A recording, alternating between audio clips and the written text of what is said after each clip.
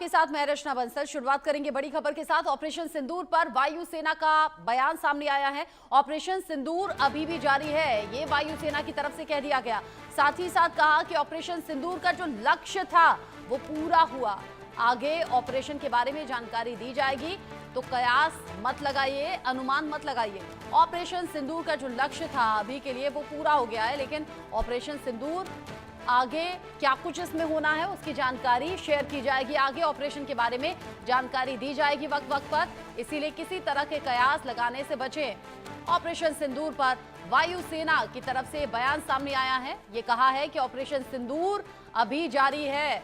आपको याद दिला दें कि जब सीज फायर पर बात बनी दोनों देशों के बीच में, उस वक्त भी जब विदेश मंत्री डॉक्टर एस जयशंकर ने पोस्ट करके बताया कि दोनों ही देश सीज फायर पर सहमत हो गए हैं, दोनों ही देशों की तरफ से कोई मिलिट्री एक्शन नहीं होगा, तब उन्होंने दूसरी लाइन में लिखा था कि आतंकवाद के खिलाफ हम पहले भी खड़े थे, अभी भी आगे दृढ़ता के साथ में खड़े रहेंगे और आगे भी आतंकवाद के खिलाफ एक्शन होगा। ऐसे में ऑपरेशन सिंदूर का जारी रहना ये बताता है कि अगर कोई भी हिमाकत, कोई भी आतंकी हमला आगे से पाकिस्तान की तरफ से होता है तो उसका कड़ा जवाब भी दिया जाएगा। ऑपरेशन सिंदूर जारी, लेकिन हाँ, अभी का जो लक्ष्य था वो पूरा कर लिया गया है। इंडियन एयरफोर्स की तरफ से जो पोस्ट किया गया है वो पोस्ट भी हम आपको दिखा रहे हैं, जिसमें बताया गया है कि सक्सेसफुली जो ऑपरेशन सिंदूर का लक्ष्य था वो अभी के लिए पूरा हो गया है, लेकिन ऑपरेशन सिंदूर अभी भी जारी है। लेकिन किसी भी तरह से अनुमान न लगाएं, कयास न लगाएं। अपनी तरफ से अनुमान लगाने में कई बार भ्रमित खबरें भी आप देख रहे हैं लोगों के बीच में पहुंच रही हैं। इस पर भी वायुसेना संज्ञान लेते हुए ये पोस्ट करके बता रही है कि किसी भी तरीके से अनुमान ना लगाया जाए। आगे जो भी जानकारी होगी ऑपरेशन सिंदूर से जुड़ी हुई वो साझा की जाएगी। इस खबर को लेकर सीनियर एडिटर संजय शर्मा मेरे साथ में जुड़ गए हैं ज्यादा अपडेट के साथ। संजय, सरकार की तरफ से कल सोर्सेज ने यह बताया था कि अगर पाकिस्तान आगे कोई भी आतंकी हमला करता है तो उसे युद्ध की कार्रवाई माना जाएगा भारत के खिलाफ। उसके कुछ ही देर बाद फिर सीज फायर की बात सामने आ गई। अब वायुसेना की तरफ से यह बताना कि ऑपरेशन सिंदूर का लक्ष्य सक्सेसफुली पूरा हो गया, लेकिन जारी है, ये आगे अपडेट किया जाएगा, इसका मतलब क्या है? देखिए, वायुसेना का ये जो बयान आया अपने आप बयान नहीं आया। प्रधानमंत्री नरेंद्र मोदी के घर पर जो हाई लेवल बैठक चल रही थी, रक्षा मंत्री राजनाथ सिंह, तीनों सेनाओं के चीफ एनएसए अजीत डोभाल, साथ ही साथ सीडीएस अनिल चौहान बैठक में मौजूद थे। और ये जो बयान जो दिलवाया गया था, ये इंटेंशनली बयान दिलवाया गया था, स्पेसिफिक टाइम इसके लिए तय किया गया था। ये बयान इसलिए दिलवाया गया था ताकि पाकिस्तान और पूरी दुनिया के पास ये संदेश रहे कि ऑपरेशन सिंदूर जारी है, खत्म नहीं हुआ है, युद्ध विराम हुआ है, युद्ध की समाप्ति नहीं हुई है। यानी पाकिस्तान ये समझ ले कि भारत ने आतंकवाद के खिलाफ लड़ाई जारी रखी है, जंग जारी है भारत की अभी भी आतंकवाद के खिलाफ। और ऑपरेशन सिंदूर जो भारत ने लॉन्च किया था वो टेररिज्म के खिलाफ लॉन्च किया था, आतंक के खिलाफ लॉन्च किया था, आतंकवादियों के खिलाफ लॉन्च किया था। तो भारत ने सबसे पहले निशाना भी पाकिस्तान में मौजूद टेरर कैंप्स को बनाया था। भारत ने यह भी साफ कर दिया था कि भारत की जो लड़ाई है आतंकवाद के खिलाफ है, किसी भी सिविलियन या मिलिट्री को टारगेट नहीं किया था, मिलिट्री ठिकानों को। लेकिन बाद में जब पाकिस्तान ने प्रोवोक किया था उसके बाद भी भारत ने पाकिस्तान के मिलिट्री ठिकानों को टारगेट किया था, पाकिस्तान के कई सारे एयरबेस को तबाह किया, पाकिस्तान के कई हवाई अड्डों को। संजय, आप बता रहे हैं कि प्रधानमंत्री मोदी के साथ में जब तीनों सेना अध्यक्षों की मीटिंग हुई है, बातचीत हुई है, उसके बाद में इंडियन एयरफोर्स की तरफ से पोस्ट सामने आया है जिसमें यह बताया गया है कि अभी के लिए ऑपरेशन सिंदूर का जो लक्ष्य था वो पूरा हो गया है, लेकिन ऑपरेशन सिंदूर अभी भी जारी है। यानी आतंकवाद के खिलाफ पहले भी भारत खड़ा हुआ था, भारतीय सेना खड़ी हुई थी और अभी भी आतंकवाद के खिलाफ कार्रवाई आगे होगी। अगर किसी भी तरीके से कोई भी हिमाकत होती है तो थोड़ी देर पहले रक्षा मंत्री राजनाथ सिंह के जरिए भी बताया गया कि कैसे आतंकी ठिकानों पर हिंदुस्तानी सेना ने, भारतीय सेना ने प्रहार किया और पाकिस्तान के खिलाफ ये बड़ा ऑपरेशन माना गया। संजय शर्मा मेरे साथ में जुड़े हैं। संजय, आप बता रहे हैं कि तीनों सेना प्रमुखों से जो पीएम मोदी की बातचीत हुई है, मीटिंग हुई है, उसके बाद देश को ये जानकारी देते हुए पोस्ट किया गया। देखिए, खाली देश को ही नहीं, सीमा के उस पार पाकिस्तान को भी और दुनिया के देशों को भी बताने की कोशिश थी कि भारत ने ऑपरेशन सिंदूर खत्म नहीं किया है, ऑपरेशन सिंदूर अभी भी जारी है। क्योंकि भारत ने ऑपरेशन सिंदूर आतंकवादियों के खिलाफ लॉन्च किया था, पाकिस्तान में भारत ने टेरर कैंप्स पर अटैक किया था, किसी भी सिविलियन या मिलिट्री मिलिट्री ठिकाने पर टारगेट नहीं किया था भारत ने, लेकिन बाद में जब पाकिस्तान ने प्रवोक किया तब जाकर के भारत ने पाकिस्तान के मिलिट्री ठिकानों को टारगेट किया, पाकिस्तान के हवाई अड्डों को नष्ट किया और पाकिस्तान के मिलिट्री कंट्रोल बेस को नष्ट किया। तो भारत का साफ कहना है कि आतंकवाद के खिलाफ जंग जारी है। कल भी विदेश मंत्री एस जयशंकर का रात को बयान आया था, उन्होंने साफ कहा है कि आतंकवाद के खिलाफ भारत की जंग जारी रहेगी। युद्ध विराम से आतंकवाद के खिलाफ जंग नहीं रुकने वाली है। युद्ध विराम है, युद्ध की समाप्ति नहीं है। ये बड़ा संदेश पाकिस्तान और दुनिया के देशों को भारत ने दिया है। थोड़ी देर पहले रक्षा मंत्री राजनाथ सिंह ने भी बताया कि कैसे आतंकी ठिकानों को ध्वस्त कर दिया गया, वहां सिविलियंस को टारगेट नहीं किया गया, लेकिन पाकिस्तान ने कायराना हरकत दिखाते हुए हमारे देश में आम नागरिकों को निशाना बनाते हुए जो हमले किए हैं उसका जवाब दिया जाएगा। अभी जब दोनों देशों के बीच में सीज फायर पर बात हो गई है संजय, तो अब इसे कैसे देखें? ऑपरेशन सिंदूर का जारी रहना बताना या फिर ये बताना कि पाकिस्तान ने अपने किए की सजा भुगती है, जो भारत की तरफ से जवाबी कार्रवाई हुई, क्या ये सीधा मैसेज पाकिस्तान को और पाकिस्तान के समर्थन करने वाले देशों को है कि अगर आगे पाकिस्तान कोई हिमाकत करता है, किसी भी तरह से आतंकी गतिविधि होती है भारत के खिलाफ, तो ऑपरेशन सिंदूर जो जारी है वो इसीलिए जारी है? देखिए 1947 से लेकर के भारत अभी तक कई बार पाकिस्तान से सीधी जंग भी कर चुका है और प्रॉक्सी वार भी लड़ चुका है। लगातार लड़ते आ रहा है भारत पाकिस्तान से कई सारी जंग, लेकिन भारत ने कई बार देखा है और हमेशा यही देखा है कि पाकिस्तान किसी भी तरह के वादे को तोड़ने में माहिर है। पाकिस्तान पर भरोसा नहीं किया जा सकता।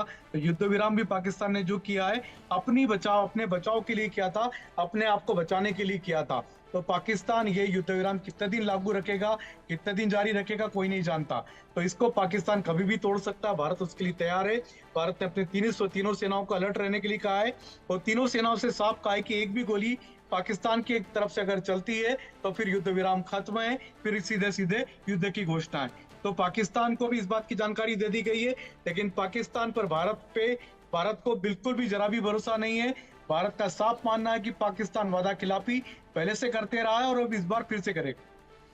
वादा खिलाफी पाकिस्तान की तरफ से होती रही है और जितने भी एक्सपर्ट्स हमारे साथ में जुड़ते रहे हैं या फिर जिन्होंने अपने वक्त में फौज में रहते हुए पाकिस्तान के खिलाफ युद्ध लड़े भी हैं, वो बताते हैं, वो कल भी ये कह रहे थे कि पाकिस्तान पर पूरी तरह से भरोसा करना बिल्कुल मुमकिन है नहीं। पाकिस्तान वो जहरीला सांप है जो डसेगा जरूर, जिसका नमूना भी हमने देख लिया सीज फायर के बाद, जो सीज फायर तोड़ने की खबर पाकिस्तान की ओर से आई।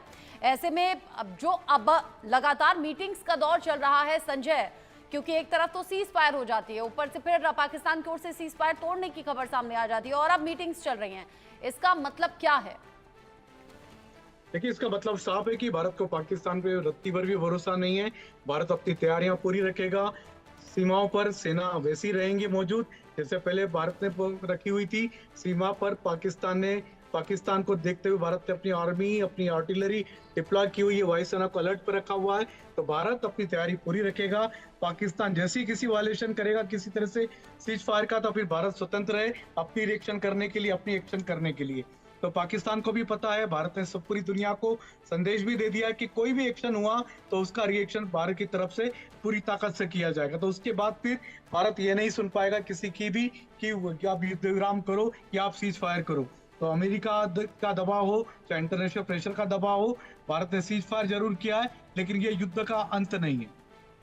युद्ध का अंत नहीं है, ऑपरेशन सिंदूर जारी है। अच्छा एक बात और बताइए, चूंकि कल 12 मई है, 12 मई जब डीजीएमओ से एक बार फिर से बातचीत होनी है, क्या इन बातचीत को लेकर भी कोई स्ट्रेटेजी तैयार हो रही है इन मीटिंग्स में कि कौन सी शर्तें रखी जानी है पाकिस्तान से, डीजीएमओ से, जिससे आगे दोनों देशों के बीच में शांति रह सके?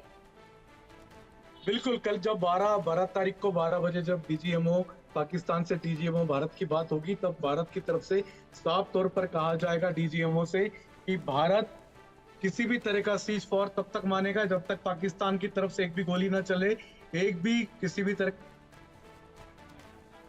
अगर भारत की ओर एक भी अगर गोली चलती है, मिसाइल होता है या ड्रोन होता है, तो फिर युद्ध विराम को भारत खत्म मान लेगा।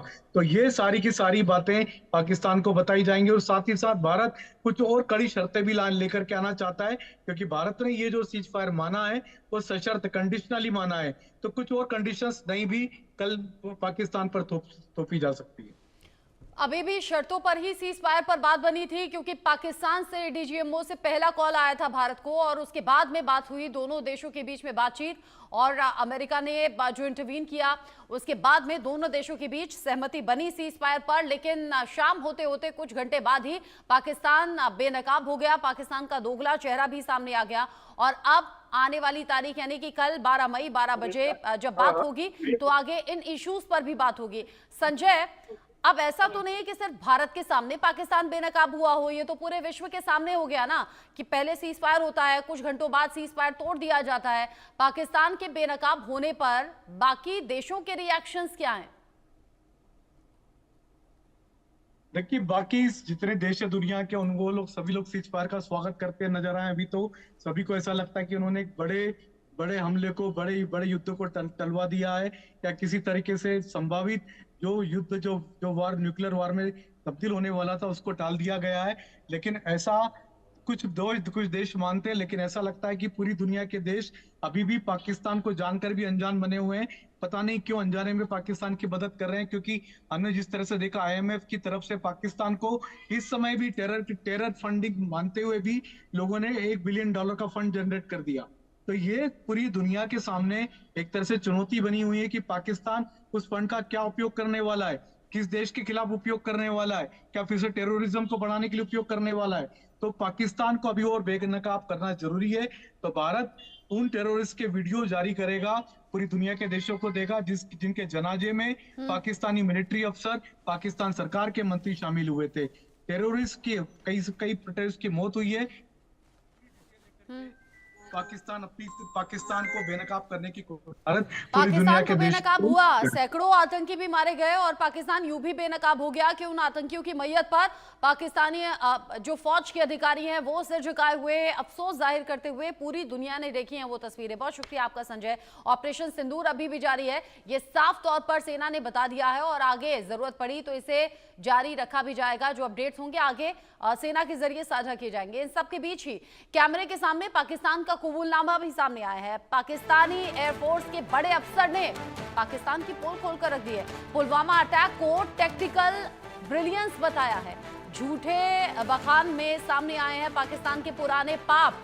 अब ये सोचिए कि कैमरे के सामने पाकिस्तान बेनकाब हो गया, उसका झूठ सामने आ गया।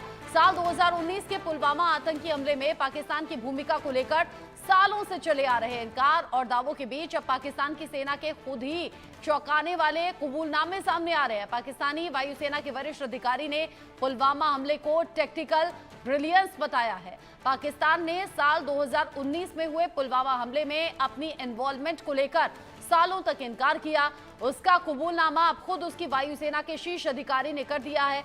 पाकिस्तान एयरफोर्स के एयर वाइस मार्शल और जनसंपर्क निदेशक DGPR औरंगजेब अहमद ने एक प्रेस कॉन्फ्रेंस में पुलवामा हमले को टैक्टिकल ब्रिलियंस यानी कि सैन्य चालाकी की मिसाल बताया।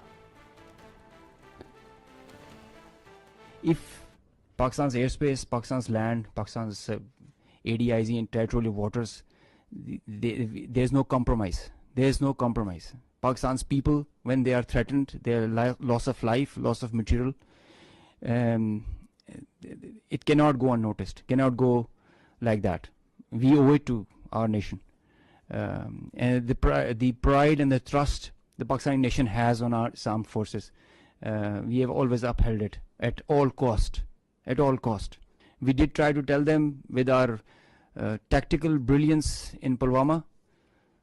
Now we showed them our operational prowess and strategic guile and guide, and I think they should take heed.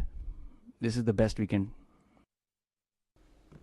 मेरे सीनियर कोलीग अजय जांडियाल इस खबर को लेकर जुड़ गए हैं ज्यादा अपडेट के साथ। अजय, सालों तक इनकार किया पाकिस्तान ने पुलवामा अटैक में इन्वॉल्वमेंट से, लेकिन अब इस बयान का, इस प्रेस कॉन्फ्रेंस का मतलब क्या निकालें? देखिए, पाकिस्तान के बड़े नेता, पाकिस्तान के मंत्री, सेना के अफसर जो हैं हमेशा सच्चाई को सामने लाते हैं, कभी ना कभी ले आते हैं। आज इस प्रेस कॉन्फ्रेंस में उन्होंने जो कहा है वो साफ बताता है कि किस तरीके से पाकिस्तान में ही पुलवामा हमले को लेकर जो है वो सब कुछ षड्यंत्र रचा गया था और इस खबर को पूरा समझने की जरूरत है। उन्हें कहा पाकिस्तान की ज़मीन, पाकिस्तान का आसमान, पाकिस्तान की जो पानी है उसमें अगर कोई भी हरकत होती है तो उसको हम बर्दाश्त नहीं करेंगे और उसके लिए हम हमेशा तैयार रहते हैं जवाब देने के लिए। और इसी चीज़ को बताते बताते वो उस हद तक चले गए कि हमारी मतलब यह है कि उनकी सेना जब कुछ नहीं कर पाएगी तो हम अपने आतंकियों से करवाते हैं। और पुलवामा का ये जिक्र जो है उन्होंने इसीलिए किया है कि इतनी प्रोफेशनल आर्मी है, उसका नज़ारा हमने पिछले 4 दिनों में देखा है। पाकिस्तान की जब तबाही हुई, पाकिस्तानी सेना के कई एयरबेस जो हैं जो वो वहाँ पर नष्ट किए गए जवाबी कार्रवाई में भारत द्वारा। कई कैंप, कई मोर्चे जब वहाँ पे नष्ट किए गए तो पाकिस्तान ने जम्मू कश्मीर में, उड़ी में हो, पुंछ में हो, जम्मू में हो, अखनूर में हो, यहाँ नौशहरा में हो, रजौरी में हो, वहाँ पर युद्ध विराम का उल्लंघन करके मासूम निहत्थे लोगों पर गोलियां दागी, उन पर शेल्स गिराए, उन पर आर्टरी शेलिंग की जिसमें उनकी जो है वो मौत हुई, उनके घरों को नुकसान पहुंचा। तो ऐसे में पाकिस्तानी कितने प्रोफेशनल है वो सब जानते हैं। मगर इस जो प्रेस कॉन्फ्रेंस है इसमें सबसे बड़ा कबूलनामा पुलवामा का जिक्र करके जो है DGI-SPR ने किया है। जिस तरीके से आपने बताया कि बातों बातों में पाकिस्तान का जो झूठ है वो बेनकाब हो गया और अब तो पूरे विश्व ने इन बातों को देखा है। और अजय, तो पहली बार नहीं है कि पाकिस्तान का दोगला चेहरा सामने आ गया हो या फिर पाकिस्तान ने पहले कुछ और कहा हो, बाद में सच सामने आ गया हो। पुलवामा अटैक को टेक्टिकल ब्रिलियंस बताया और ये बता दिया कि पाकिस्तानी फौज कितनी ज्यादा ट्रेंड है, कितनी ज्यादा काबिल है। लेकिन जैसा आपने कहा कि अगर फौज से जो काम नहीं होता तो आतंकियों को आगे कर दिया जाता है। यही तो बड़ी वजह है ना, जब आतंकियों के जनाजे निकल रहे थे तो वहां पाकिस्तानी फौज के जो अधिकारी हैं वो सिर झुकाए खड़े हुए थे, अफसोस जाहिर कर रहे थे।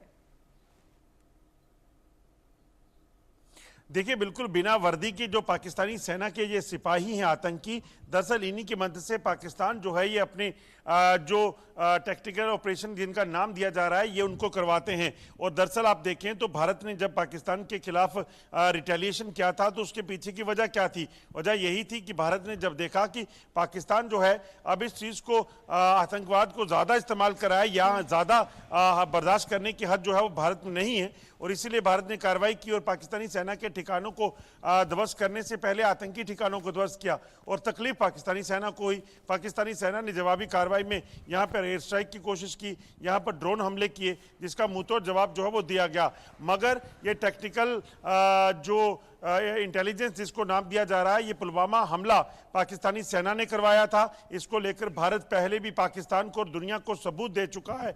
अब ये कैमरे पे कबूलें, इससे पहले इनके ही कई मंत्री संसद में बोल चुके हैं, सांसद इनके जो नेशनल असेंबली में बोल चुके हैं कि पुलवामा हमले को भारत याद रखे। तो इसका मतलब साफ है कि ये सारा षड्यंत्र पाकिस्तान से होता है। इसलिए भारत ने भी सीज फायर से पहले एक चुनौती दे दी कि हम किसी भी तरीके से एक चीज़ पाकिस्तान याद रखे कि इसको बर्दाश्त नहीं करेंगे। कोई भी एक्ट ऑफ टेररिज्म जो होगा वो एक्ट ऑफ वॉर के तौर पर देखा जाएगा।